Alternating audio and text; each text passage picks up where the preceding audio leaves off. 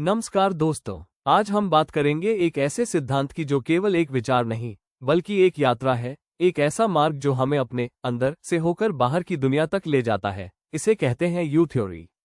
इसके जन्मदाता हैं ओटो शोमा, एमआईटी के प्रसिद्ध विचारक, जिन्होंने इस सिद्धांत के माध्यम से नेतृत्व, समाज और व्यक्ति के मनोविज्ञान को एक नई दृष्टि से देखने का अवसर दिया।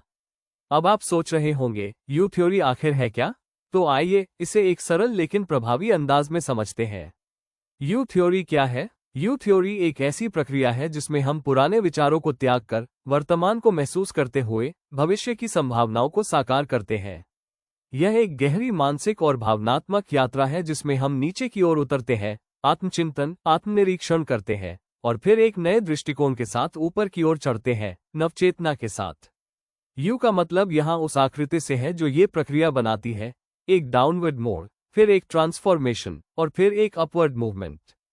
3 स्तर: open mind, open heart, open will. Open mind, खुला मन। सबसे पहले जरूरत होती है अपने मन को खोलने की। हमारे अंदर ढेरों पूर्वग्रह, धारणाएं और मान्यताएं होती हैं। हमेशा ऐसा ही होता है, ये भारत में नहीं चलेगा, ये समाज नहीं मानेगा। लेकिन जब हम इन पूर्वग्रहों को अलग रखकर दुनिया को नए नजरिए से देखते हैं, तभी कुछ नया जन्म लेता है। उदाहरण, सोचिए एक सरकारी स्कूल की शिक्षिका जो पहले मानती थी कि गांव के बच्चे कुछ खास नहीं कर सकते, लेकिन जब उसने बच्चों को ध्यान से सुनना शुरू किया, उनके विचार समझे, तब उसे पता चला कि उनके अंदर कितनी रचनात्मकता है, कितना आत्मविश्वास है। उसका दृष्टिकोण ही बदल गया। ओपन हार्ट, खुला हृदय, यह वो स्तर है जहां हम केवल बुद्धि से नहीं, संवेदनाओं से भी चीजों को समझते हैं। जब हम दूसरों के दर्द, संघर्ष और आशाओं से जुड़ते हैं, तभी हम वास्तव में कनेक्ट कर पाते हैं। एक युवा डॉक्टर जब कोविड काल में गांव में सेवा कर रहा था, तो उसने देखा कि इलाज से ज्यादा जरूरी था सुनना और संवेदना देना। वो डॉक्टर केवल मरीजों को दवा नहीं दे रहा था, वो उन्हें इंसान समझ रहा था, और यही नेतृत्व का सार है। ओपन विल, खुली इच्छा, इच्छा शक्ति। तीसरा और सबसे गहरा स्तर है अपनी पुरानी पहचान को त्याग कर नवीन भविष्य को अपनाने की इच्छा। ये परिवर्तन का क्षण है। उदाहरण, मुंबई का एक प्रोफेशनल जिसने लॉकडाउन में अपनी नौकरी गंवाई, मगर उस ब्रेकडाउन को ब्रेकथ्रू में बदलते हुए उसने ऑर्गेनिक खेती सीखी और आज वो एक सफल एग्रीटेक स्टार्टअप चला रहा है।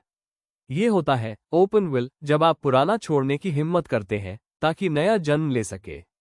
ईगो से लेकर ईगो तक, चेतना का विस्तार। यू थ्योरी एक और महत्वपूर्ण बात सिखाती है कि हमें अपने सीमित ईगो से निकलकर व्यापक ईगो की ओर बढ़ना चाहिए। ईगो कहता है मुझे चाहिए, मैं सही हूं, मेरे अनुसार चलो। ईगो कहता है हम सबका क्या भला हो सकता है, हम साथ कैसे बढ़ सकते हैं। पुराने जमाने का नेता जो अपने वोट बैंक के लिए काम करता था, अब उसका स्थान ले रहे हैं वे युवा नेता जो समाज की समस्याएं समझकर सामूहिक समाधान खोजते हैं। Breakdown VS break through. U theory में एक और गहरा संदेश छिपा है, संकट ही अवसर है। जब सब कुछ टूटता है तभी कुछ नया बनता है। वन वर्ल्ड, वननेस की ओर आज का नेता सिर्फ अपने राज्य या देश के बारे में नहीं सोच सकता। अब जरूरत है वैश्विक सोच की, एक सामूहिक चेतना की। प्रकृति, समाज, व्यापार, सबका आपस में संबंध है। मानसिकता का टकराव, बदलाव कौन समझे? आज भी बहुत से लोग बदलाव को नहीं समझते।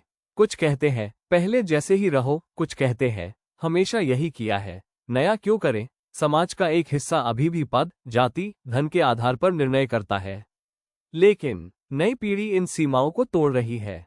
उदाहरण, स्टार्टअप इंडिया की लहर में न जाति पूछी जाती है, न यात्रा देखी जाती है, केवल कौशल और दृष्टिकोण की बात होती है। यही मानसिक क्रांति है। नेतृत्व की नई परिभाषा। आज का नेता वह नहीं जो मंच पर भाषण दे, बल्कि वह है जो टीम के पीछे खड़ा हो, दूसरों को आगे बढ़ाए और स्वयं से प्रश्न करे, क्या मैं वास्तव में समाज के लिए नेतृत्व कर रहा हूं?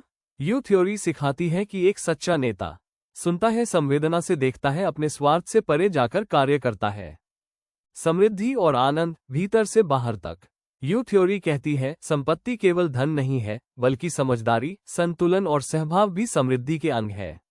आज की दौड़ में खुश रहने की कला खो गई है। यू थ्योरी हमें सिखाती है असली आनंद अंदर है। जब हम अपने अंदर झांकते हैं, जब हम दूसरों से जुड़ते हैं, जब हम अपने कार्य में अर्थ ढूंढते हैं, तब जीवन में आनंद आता है। व्यावसायिक और शैक्षणिक क्षेत्र में यू थ्योरी कॉर्पोरेट में बड़ी कंपनियां अब हायरार्की नहीं, होलेक्रेसी अपना रही है, यानी नेतृत्व में सहभागी दृष्टिकोण। इन्फोसिस, विप्रो जैसी कंपनियां अब कर्मचारियों की भावनात्मक भलाई पर भी ध्यान देती है। शिक्षा में अब शिक्षा सिर्फ अंक नहीं, बल्कि समझ, सहानुभूति, रचनात्मकता पर केंद्रित हो रही है। NEP 2020 इसका उदाहरण है, जो बच्चों के सोचने की क्षमता और नवाचार पर जोर देती है। निष्कर्ष, यू थ्योरी एक व्यक्तिगत क्रांति। दोस्तों, यू थ्योरी कोई जादू नहीं है। यह कोई बड़ी किताब नहीं है। यह है एक प्रक्रिया, एक पथ, एक व्यक्तिगत क्रांति। ये हमें सिखाती है कि हम पहले सुनें, फिर समझें और अंत में निर्माण करें। हम पहले अपने भीतर जाएं, तभी बाहर कुछ बड़ा बना सकते हैं। हम केवल अपने लिए नहीं, समाज के लिए जिए, तभी हम सच्चे नेता बन सकते हैं। तो चलिए, अब समय आ गया है यू के उस गहराई में उतरने का, अपने ईगो से मुक्त होकर ईगो से जुड़ने का, अपने मन को खोलने, हृदय को फैलाने और इच्छाशक्ति को ज्वलंत करने का। क्योंकि बदलाव की शुरुआत बाहर नहीं, आपके भीतर होती है। धन्यवाद। अगर आपको यह वीडियो पसंद आया हो तो लाइक करें, कमेंट करें और अपने दोस्तों के साथ शेयर करें।